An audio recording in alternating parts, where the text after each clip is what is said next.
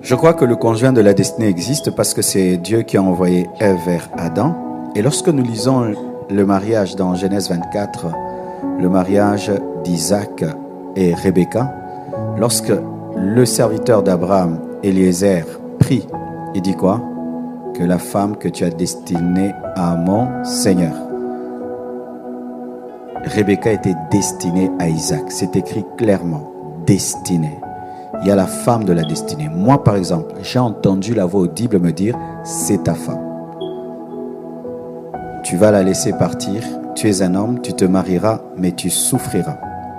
Dieu m'a parlé, m'a dit que c'est ma femme.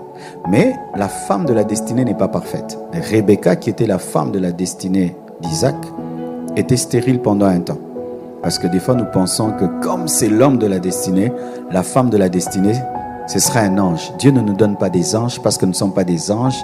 Il nous donne des humains qui tendent vers la perfection mais qui ne sont pas parfaits. Pour ma part, je crois que l'homme de la destinée existe et la femme de la destinée existe. Alors, si c'est lui qui a été fait pour ta destinée, mais qui refuse, Dieu le remplace. Dieu remplace. Si Ève était morte, mettons, Ève mange le fruit défendu et vient auprès d'Adam, et Adam refuse, Ève meurt. Dieu allait créer une autre femme pour Adam. Lorsque tu es l'homme de ma destinée, la femme de ma destinée, tu quittes la destinée, Dieu te remplace dans la destinée. C'est pourquoi il y a des hommes, il a perdu sa femme, et puis Dieu lui donne une autre femme de la destinée.